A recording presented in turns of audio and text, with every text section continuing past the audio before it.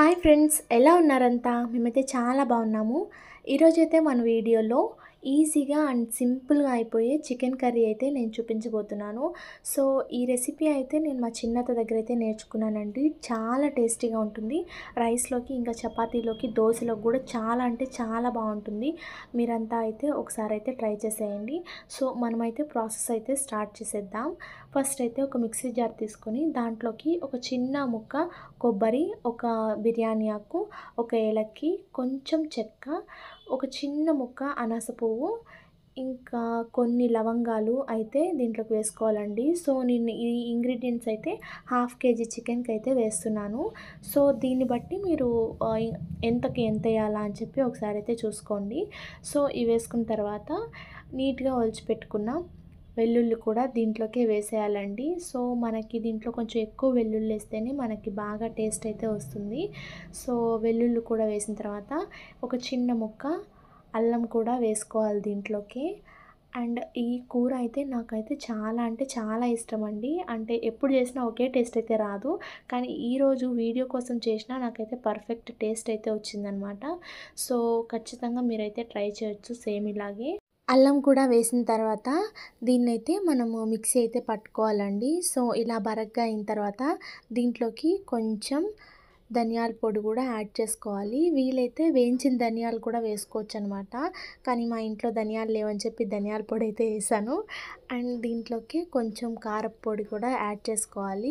And ధనియాలు మనకి ఎండుమిర్చి కూడా వేయించి అయితే వేసుకోవచ్చండి ఉంటే, లేకపోతే ఇలా కూడా మనం వేసుకోవచ్చు. సో దాన్ని కూడా కొంచెం మెత్తగా పేస్ట్ అయితే చేసుకోవాలి, కొంచెం వాటర్ యాడ్ చేసుకొని.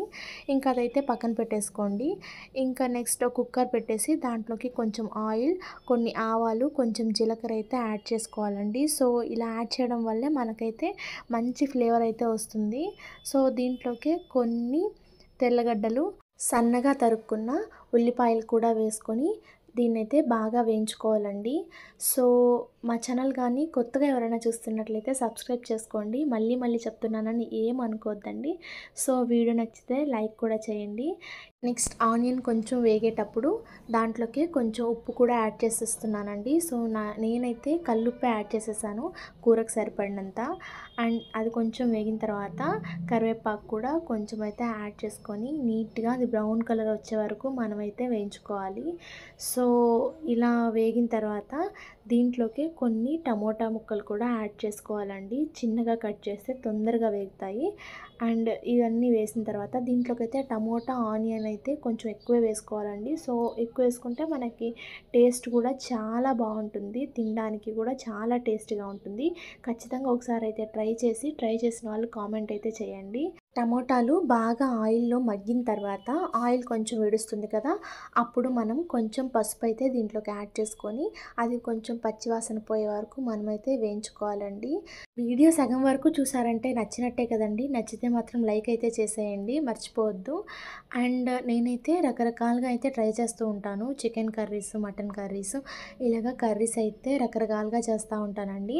నేను వీడియో స్టార్ట్ చేసిన తర్వాత ఫస్ట్ వీడియో అండి చికెన్తో నేను చేసేది. సో ఇదైతే టేస్ట్ అయితే చాలా బాగా వచ్చిందనమాట. నేనే అనుకోలేదు ఇంత బాగా వస్తుందని. అండ్ మీరైతే ఖచ్చితంగా ట్రై చేయొచ్చు అనమాట. అండ్ ఆనియన్ ఇంకా టమోటా బాగా వేగిన తర్వాత దాంట్లోకి నీట్గా కడిగి పెట్టుకున్న చికెన్ అయితే మనమైతే వేసేసుకోవాలండి. సో ఇవైతే పెద్ద ముక్కలు ఉండకూడదు, చిన్నగాను ఉండకూడదు, మీడియం సైజ్గా కట్ చేపించుకుంటే చాలన్నమాట. దీంట్లో బాగా ఉప్పు, పసుపు వేసేసి నీట్గా కడిగి పెట్టేసుకొని దాన్నైతే మనము ఈ ఉడుకుతున్న దాంట్లో వేసేయాలి. సో బాగా అయితే కలిపేసుకోవాలండి. కొంచెం హై ఫ్లేమ్లోనే స్టార్టింగ్ కొంచెంసేపు అయితే వేయించుకోవాలి. ఇలాగా మనం చికెన్ వేసుకున్న వెంటనే కొంచెంసేపు హై ఫ్లేమ్లో వేయించుకున్నట్లయితే మనకైతే నీచు వాసన అనేది ఎక్కువ రాదండి. సో కొంచెంసేపు అయితే వేయించుకున్న తర్వాత మనకి ఇలా ఆయిల్ కూడా కొంచెం విడుస్తూ ఉంటుందన్నమాట. ఇంకా అలాగైతే మనం బాగా వేయించేసుకోవాలి ముక్కని. అంటే మూత పెట్టుకోకుండా వేయించుకోవాలి. మూత పెట్టేస్తే మనకి నీచు వాసన అనేది పోదండి. సో మూత పెట్టుకోకుండానే కొంచెంసేపు అయితే వేయించుకోవాలి. కొంచెంసేపు హై ఫ్లేమ్లో వేయించుకొని ముక్క కొంచెం ఉడికేటప్పుడు మనమైతే కొంచెం స్లో ఫ్లేమ్‌లో పెట్టుకొని, దాంట్లోకి మనం గ్రైండ్ చేసి పెట్టుకున్న ఆ మసాలా పేస్ట్‌నైతే యాడ్ చేయాలండి.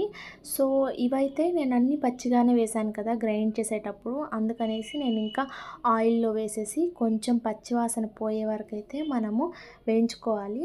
స్టార్టింగ్ కొంచెం మీడియం ఫ్లేమ్‌లో వేయించుకొని, కొంచెం హై ఫ్లేమ్‌లో కూడా వేయించుకొని, దీన్నైతే మనం పచ్చివాసన పోయే వరకు వేయించుకోవాలండి. అడుగంటకుండా నీట్‌గా, స్లోగా కలుపుకోవాలి.